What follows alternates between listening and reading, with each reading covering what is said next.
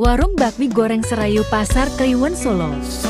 Halo, assalamualaikum lagi. Aku lagi di warung bakmi Serayu daerah Pasar Kliwon. Anjar-anjar iki rumah sakit Pustaku kae Idul Fitri, enek gapura masuk ke kiri, nanti kiri jalan. Lah, iki mau aku pesen nasi goreng. Terus iki capjay. Enek bakmi goreng.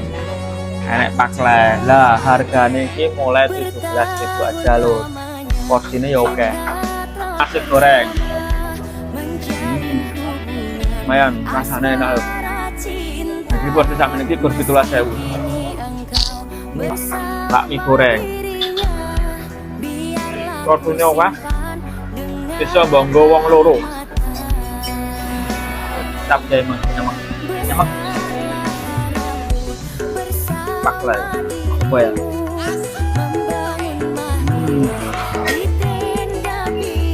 Wah, seger. Saya mulai jam 6 sore teko bengi ya. Saya dolannya Pasar Kliwon dolan 5 menit.